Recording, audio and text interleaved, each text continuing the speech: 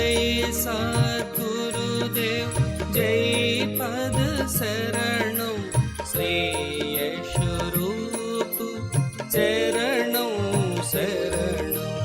जय सद्गुरुदेव जय पद शरणों श्रेयस रूप चरणों शरणों। जय सद्गुरुदेव जय पद शरणं श्रेयस रूप चरणों शरणं। जय सद्गुरुदेव जय पद शरणं श्रेयस रूप चरणों शरणं।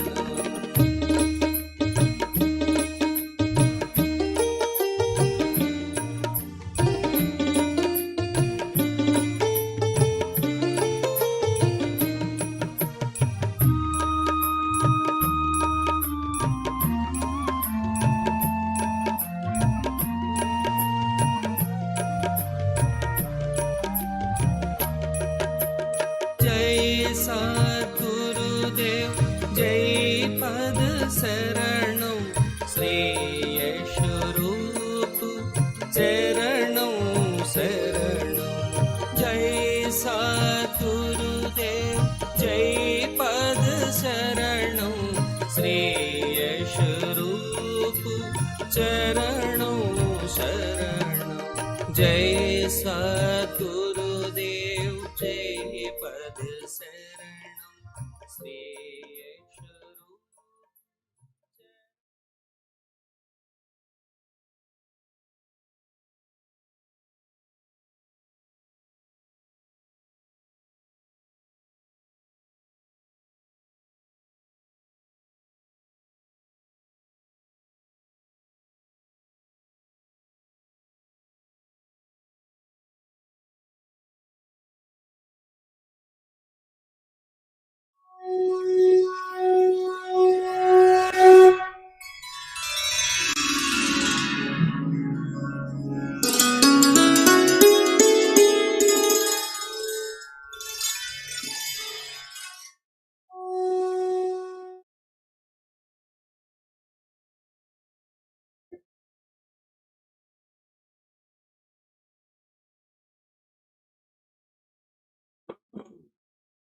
वो जी माता और बंधुओं,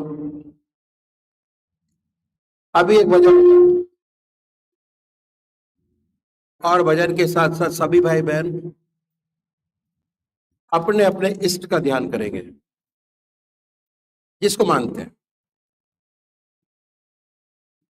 वैसे तो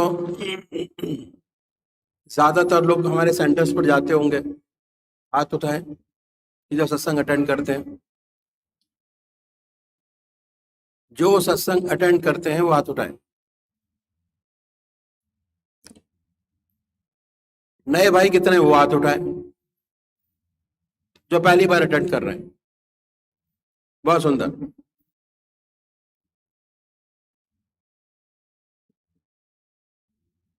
तो हमारा जो रास्ता है अखिल भारतीय सतपथ सत्संग का आनंद और ध्यान योग मिश्रण है बहुत सारी चीजों का। तो गीता में भगवान श्री कृष्ण ने 4 विशेष बात बतलाई।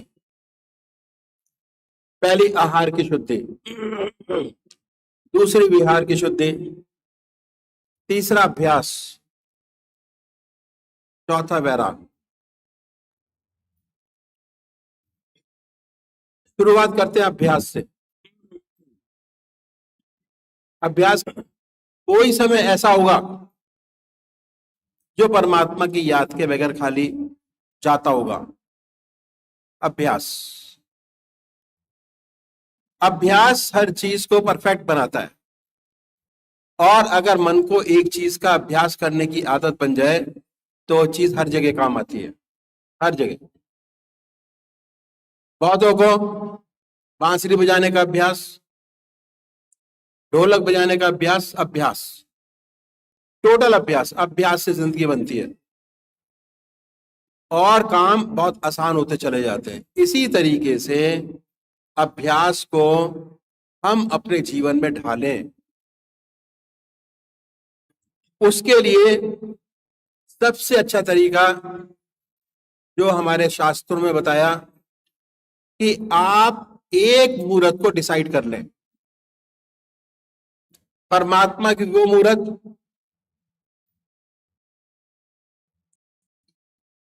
वो नाम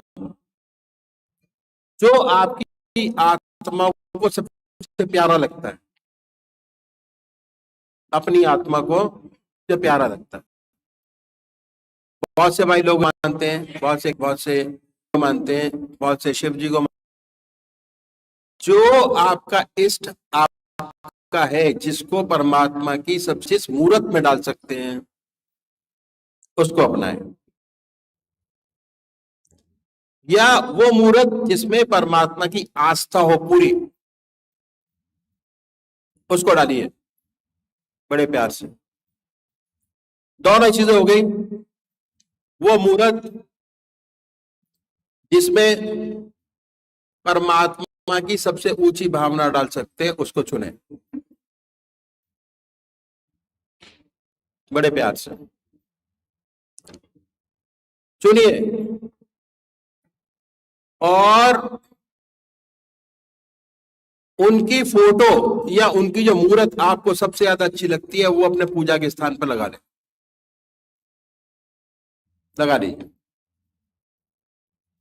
लगा लिया।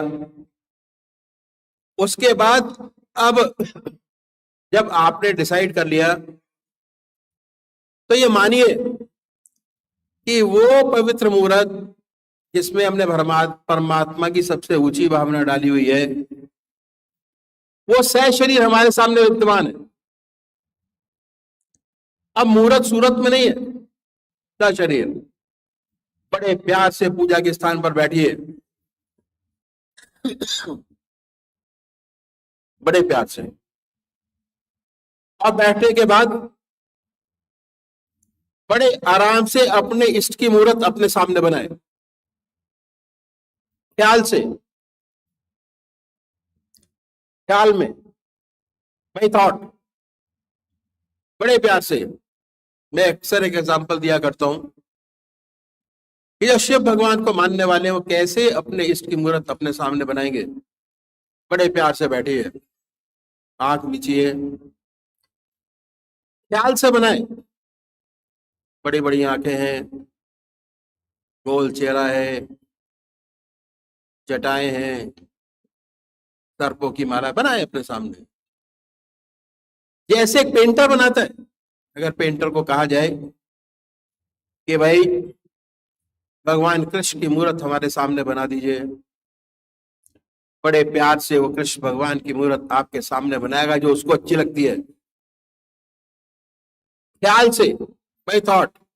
और जहां आप कहेंगे वहां उसको बड़े प्यार से उतार देगा। उसी प्रकार आप भी अपने इष्ट की मूर्त अपने सामने बनाए। जब मूर्त स्पष्ट हो जाए, तो जैसे वो पेंटर कागज पर उतारता है या दीवार पर उतारता है या सीनरी पर उतारता है, उसको अपने हृदय में उतारिए। जैसे हनुमान जी ने बड़े प्यार से अपने भगवान को अपने सीने में उतारा, हृदय के पास, उसी प्रकार जब सामने स्पष्ट हो जाए, सबसे बड़ी बात, जब सामने स्पष्ट हो जाए वो चीज, मूर्त सामने स्टेबल बनने लगे, उस पवित्र मूर्त को अपने हृदय में उतारिए बड़े प्यार से।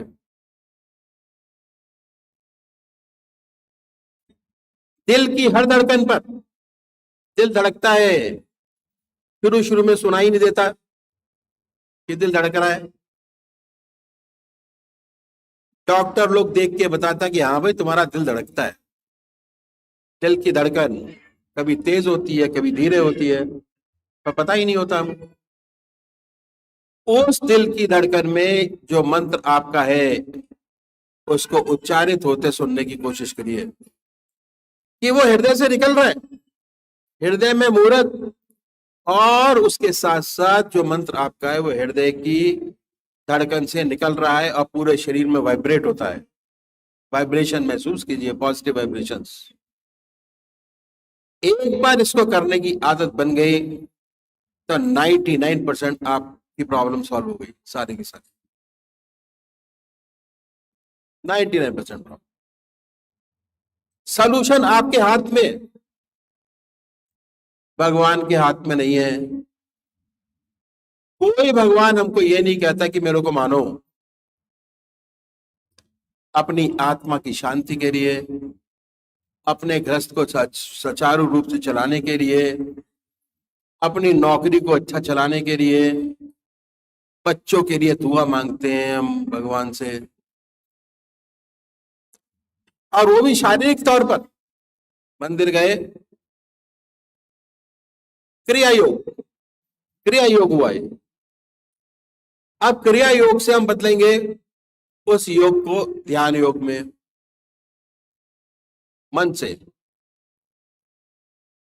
ध्यान योग मन से।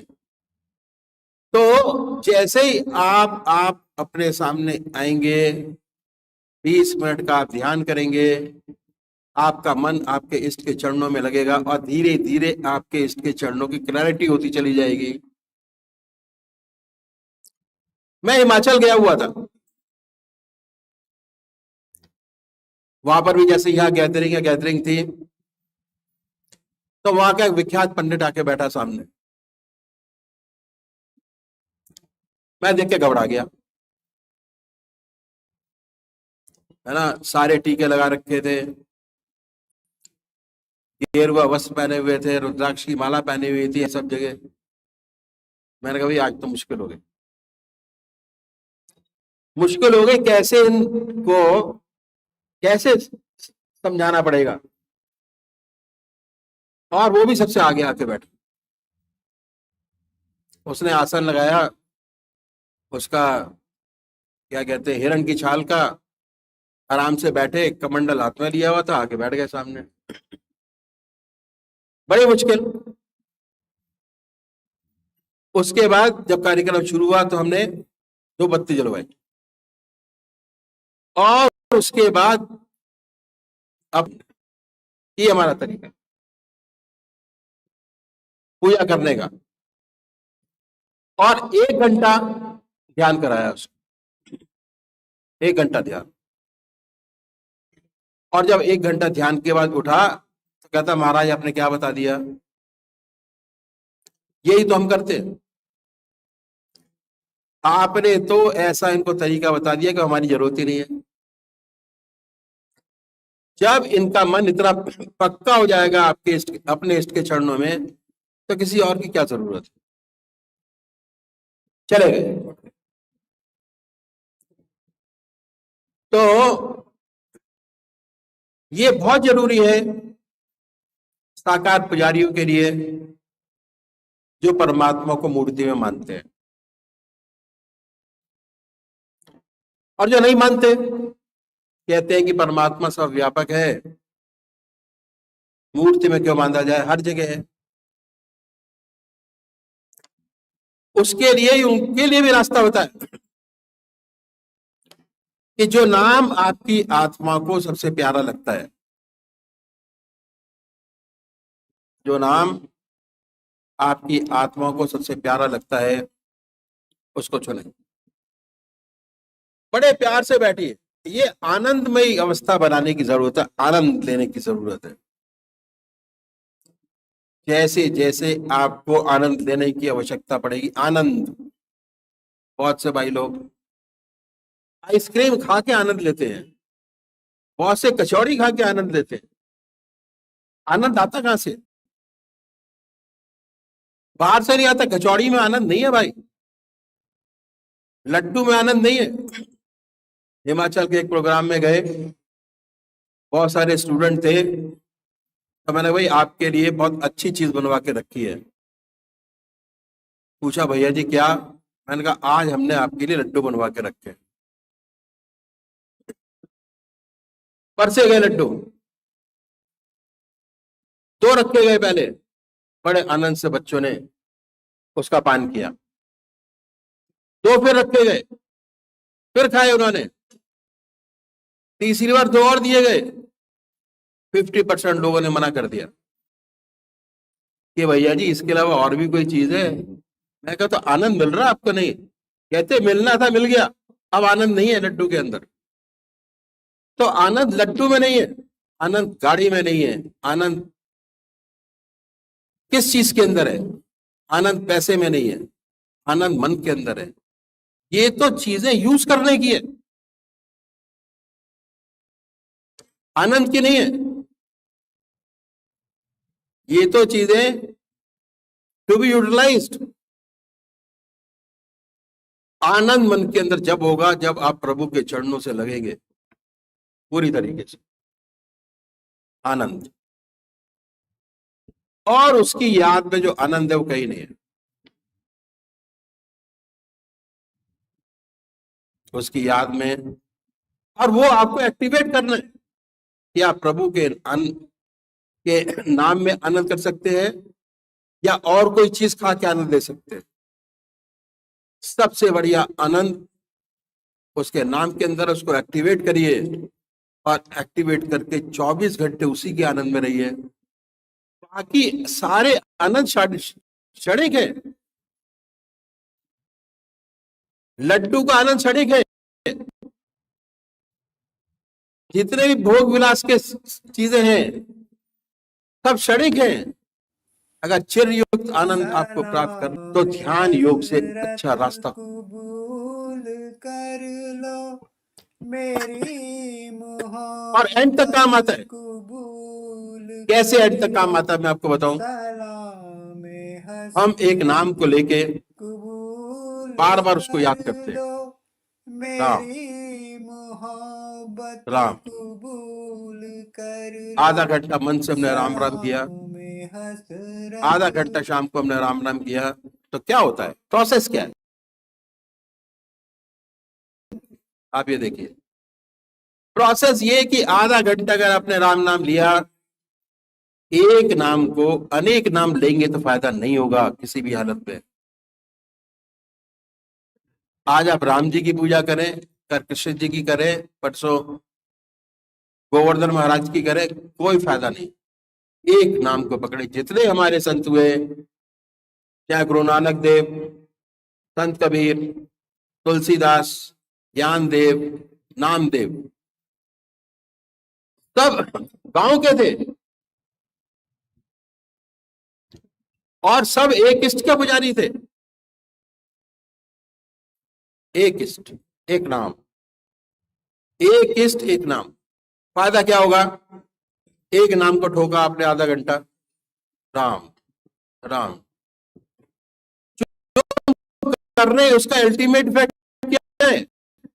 हमारे मस्तिष्क पर जाके राम टाइप किया, दिमाग के अंदर राम टाइप किया। जिंदगी की सारी चीजें हमको याद नहीं है आज तक।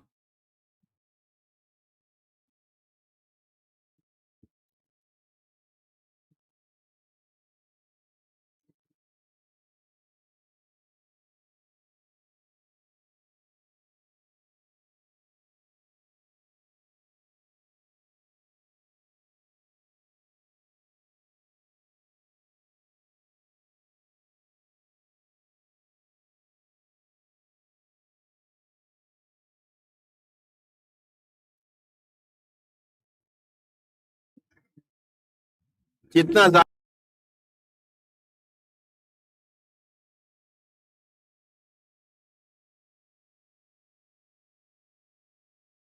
उसकी अच्छाइयां अक्सर याद हो आती हैं, क्योंकि उसका इंप्रेशन हमारे मन पर बहुत तगड़ा पड़ा कि बहुत अच्छा आदमी था, जल्दी चला गया।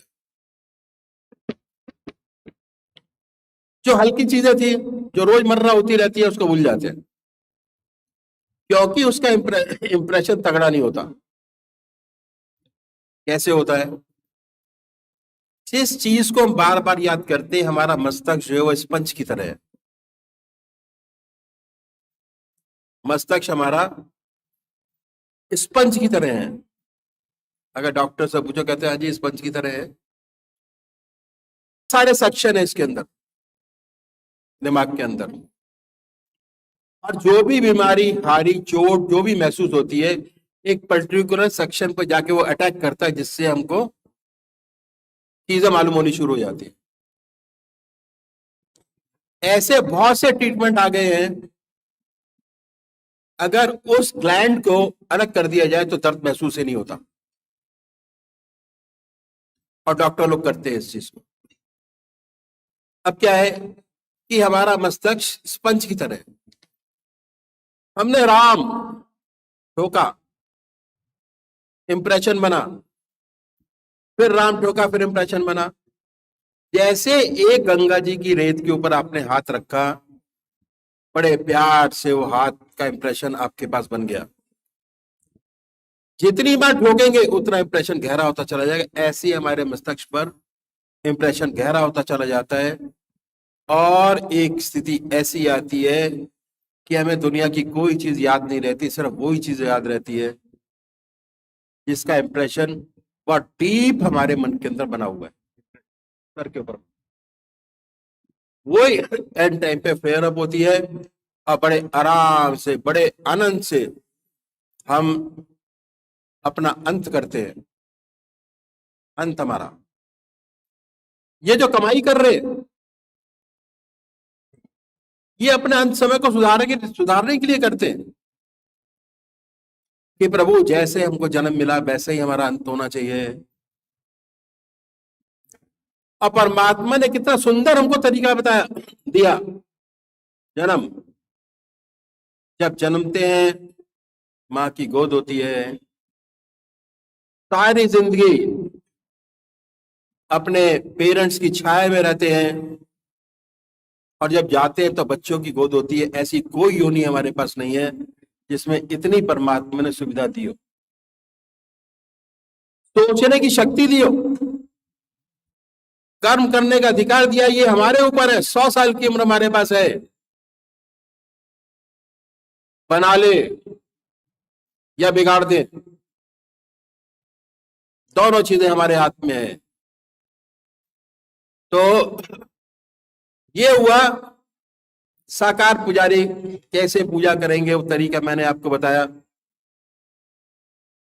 निराकार कैसे पूजा करेंगे, वो भी तरीका मैंने आपके सामने रखा। उसके बाद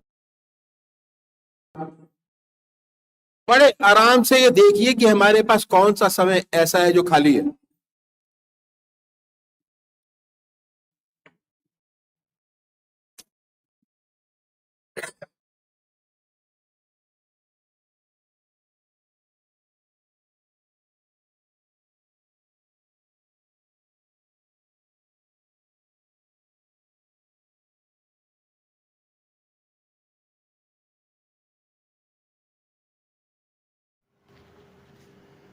निहा होकर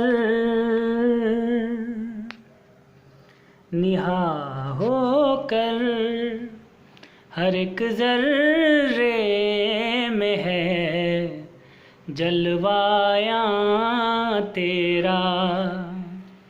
निहा होकर हर एक जर्रे में है जलवाया तेरा। जमा तेरा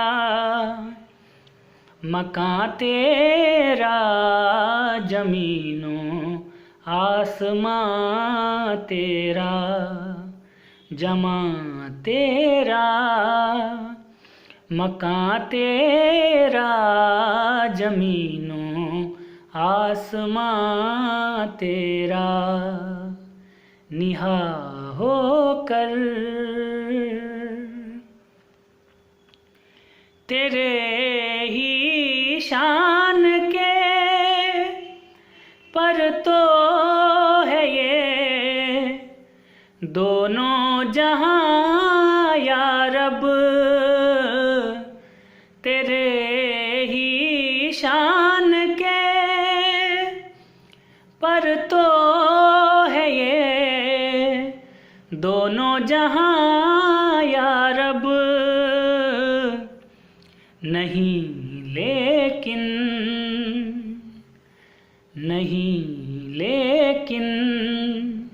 किसी ने आज तक पाया निशान तेरा नहीं, लेकिन किसी ने आज तक पाया निशान तेरा निहा होकर। हर एक मखलूक मल को जिन वली और पीरो पैगंबर, हर एक मखलूक मल को जिन वली और पीरो पैगंबर, तेरे ही नूर के, तेरे ही नूर के जामे में है हर सना ख्वां तेरा, तेरे ही नूर के जामे में है हर सना ख्वां तेरा निहा होकर। सिफाते जात और अफ़आल में वे मिस्ल यकता है, सिफाते जात और अफ़आल में वे मिस्ल यकता है, न कोई मुश्तरक तेरा, न कोई राज़दां तेरा, न कोई मुश्तरक तेरा, न कोई राज़दां तेरा निहा होकर। निशान निकला गरीब आखिर उसी तारीक पहलू में, निशान निकला गरीब आखिर उसी तारीक पहलू में, हर एक कालिब में रहता है मकान है लामकान तेरा, हर एक कालिब में रहता है मकान है लामकान तेरा निहा होकर।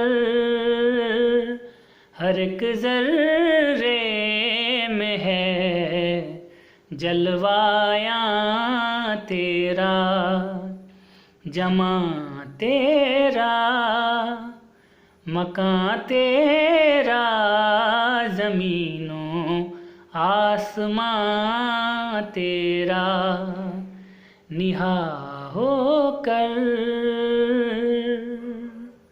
निहा होकर, निहा होकर।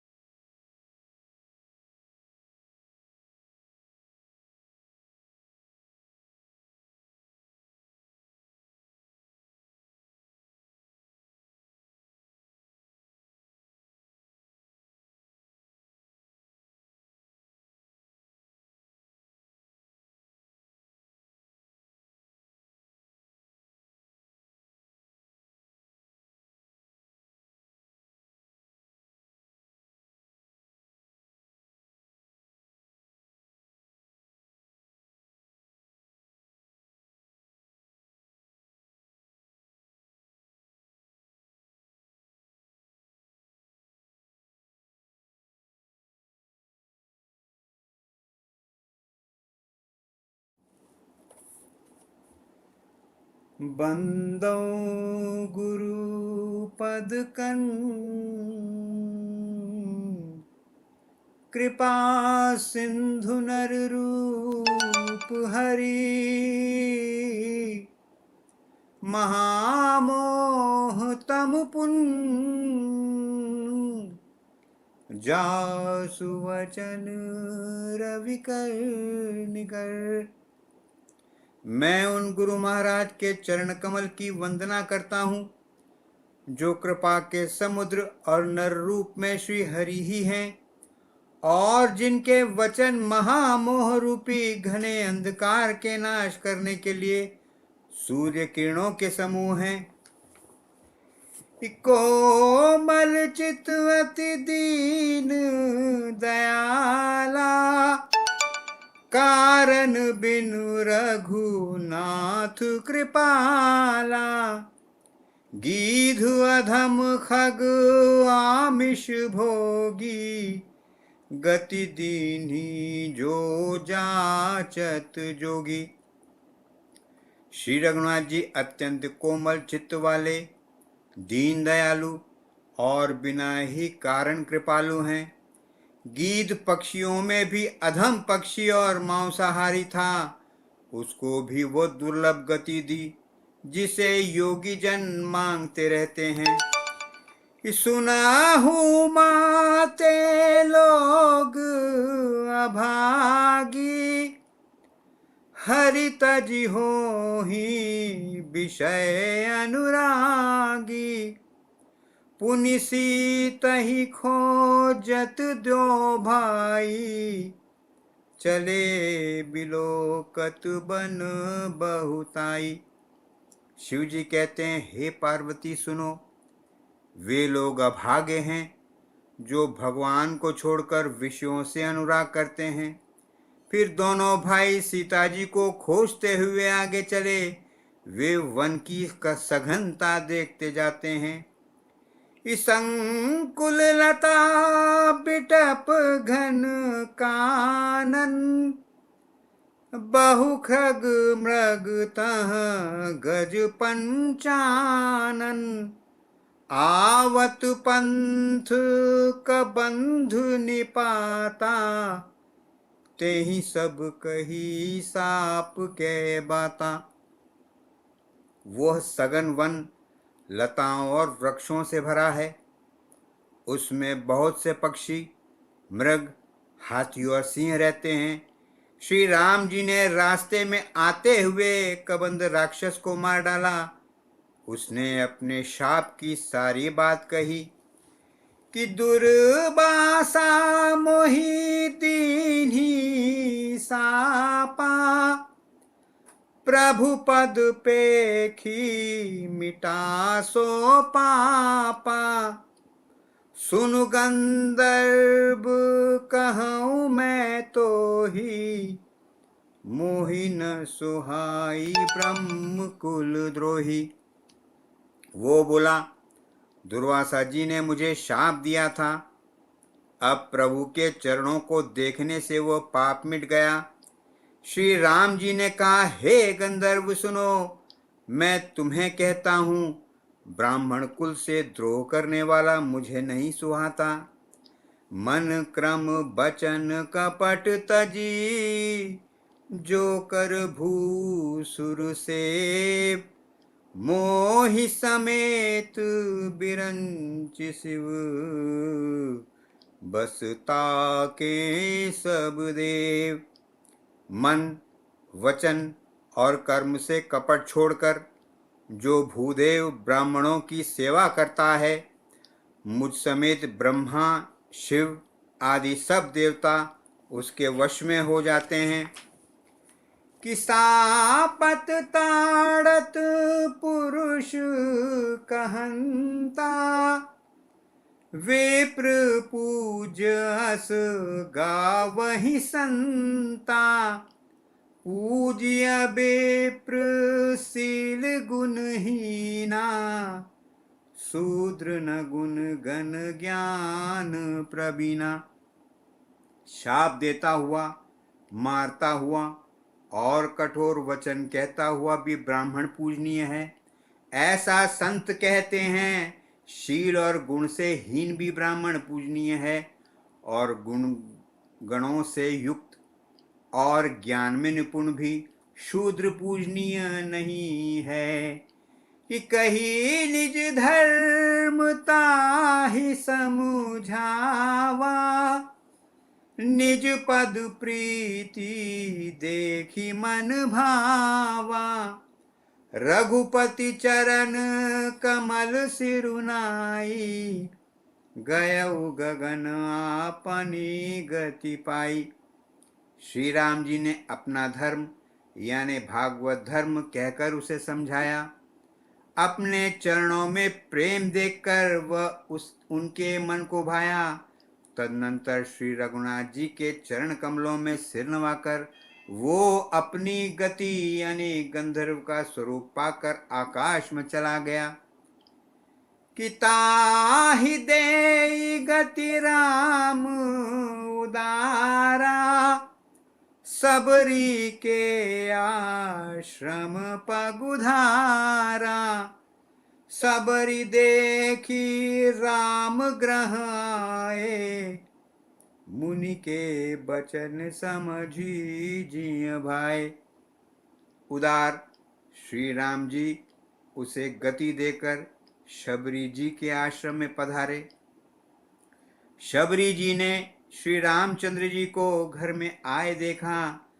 तब मुनि मतंग जी के वचनों को याद करके उनका मन प्रसन्न हो गया। ईसर सिज लोचन बाहु विशाला, जटा मुकुट सिर उर्बन माला। श्याम गौर सुंदर दो भाई, सबरी परी चरण लपटाई। कमल सदृश नेत्र और विशाल भुजा वाले, सिर पर जटाओं का मुकुट और हृदय पर वनमाला धारण किए हुए सुंदर सांवले और गोरे दोनों भाइयों के चरणों में शबरी जी लिपट पड़ी।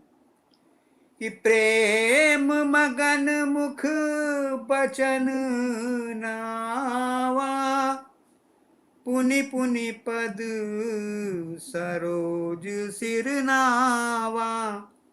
सादर जल ले चरण पखारे, पुनि सुंदर आसन बैठारे।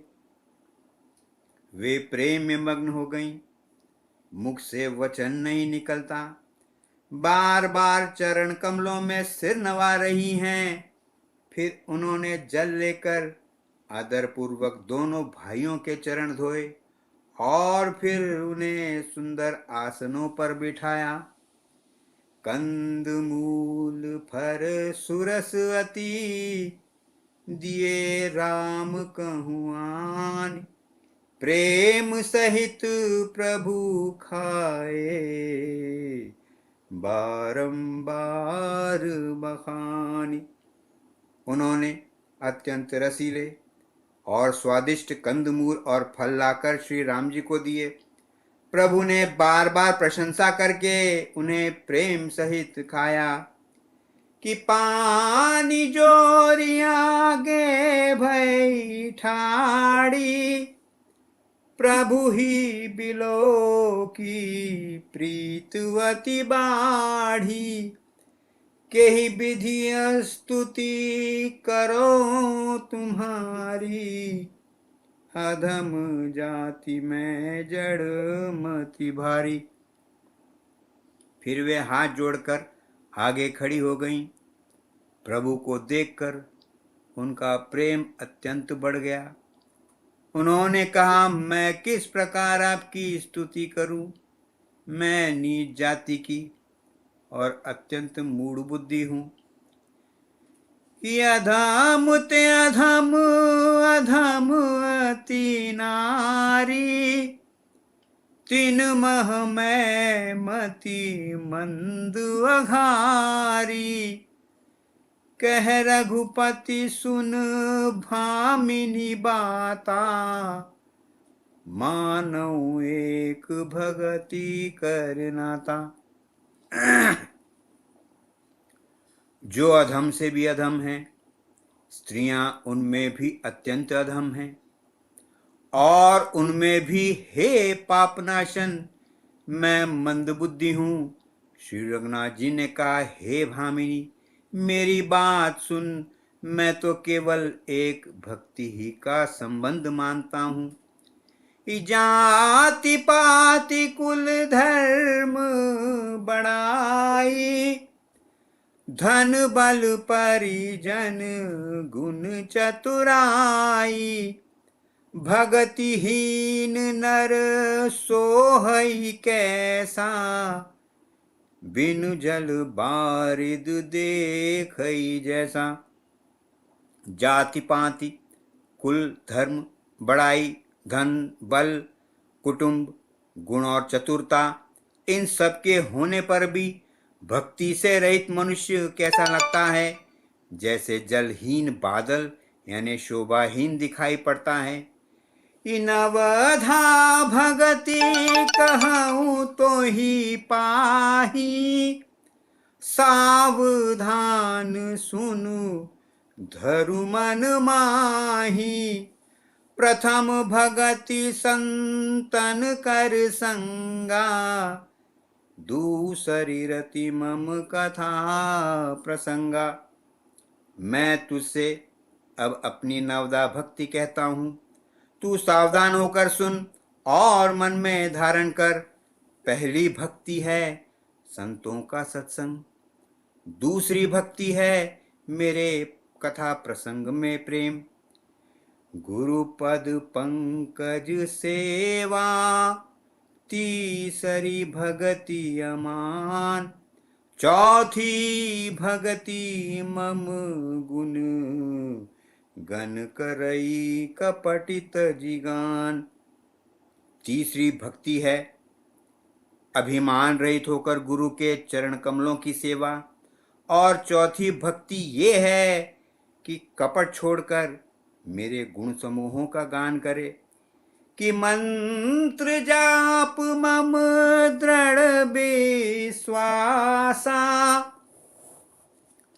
पंचम भजन सुभेद प्रकाशा, छठ दल शील बिरति बहु कर्मा, निरत निरंतर सज्जन धर्मा।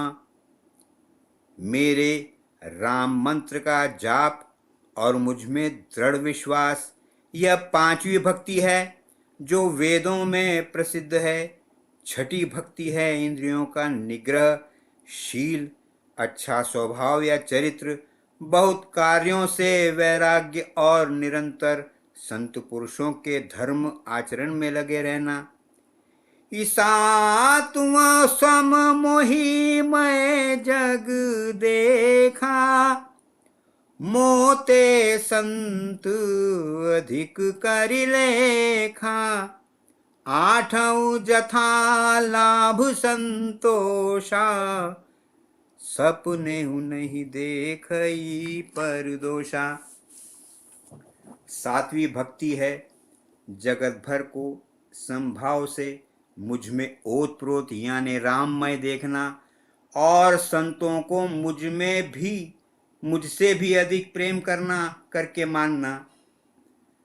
आठवीं भक्ति है जो कुछ मिल जाए उसी में संतोष करना, और स्वप्न में भी पराये दोषों को न देखना। नवम सरल सब सन छल हीना, मम भरोस हिय हर्ष न दीना। नव मह एकऊ जिनके होई, नारी पुरुष सचराचर कोई। नवी भक्ति है सरलता और सबके साथ कपट रहित बर्ताव करना, हृदय में मेरा भरोसा रखना और किसी भी अवस्था में हर्ष और दैन्य का न होना। इन नवों में से जिनके एक भी होती है, वो स्त्री पुरुष जड़ चेतन कोई भी हो, ईसोई अतिशय प्रिय भामिनी मोरे, सकल प्रकार भगति दृढ़ तोरे, जोगी बंद दुर्लभ गति जोई, तो कहूँ आज सुलभ भई सोई। हे भामिनी, मुझे वही अत्यंत प्रिय है, फिर तुझ में तो सभी प्रकार की भक्ति दृढ़ है, अतएव जो गति योगियों को भी दुर्लभ है, वही आज तेरे लिए सुलभ हो गई। कि मम दर्शन फल परम अनुपा, जीव पाव निज सहज स्वरूपा, जनक सुता कई सुधि भामिनी, जानहि कहूँ करिबर गामिनी। मेरे दर्शन का परम अनुपम फल यह है कि जीव अपने सहज स्वरूप को प्राप्त हो जाता है। हे भामिनी, अब यदि तू गजगामिनी जानकी की कुछ खबर जानती हो तो बता। पंपास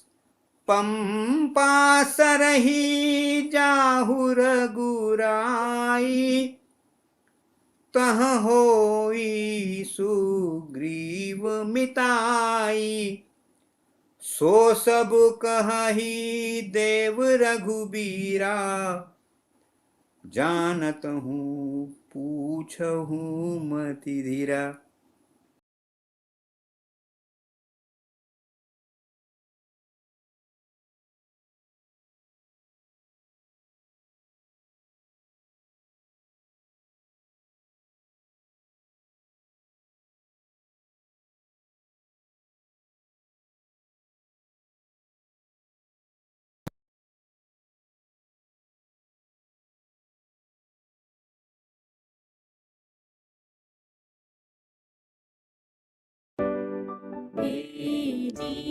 दीनबन्धु दयालु भगवान, दुख भये संशय हरन्, जग मोह जाल कराल है, आया प्रभु तेरी शरण, मैं पतित हूँ तुम पतित पावन, दास में तुम नाथ हो, दिन रात सोते जागते, प्रभु तुम हमारे साथ हो, भव जाल से अति त्रसित हूँ,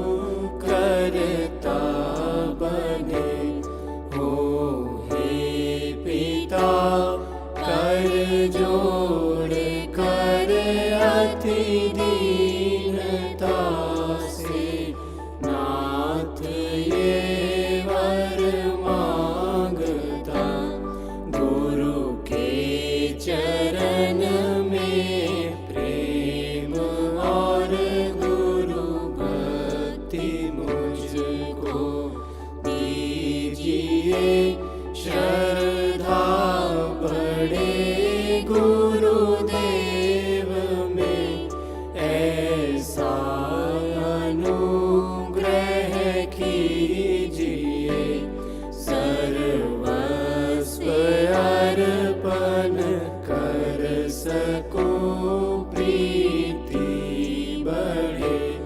गुरुदेव पर, जो ही भूमि पर गुरु चरण हो, आँखें बिछाऊं दौड़ कर, बोलूं तो गुरु चर्चा करूं, और मौन पर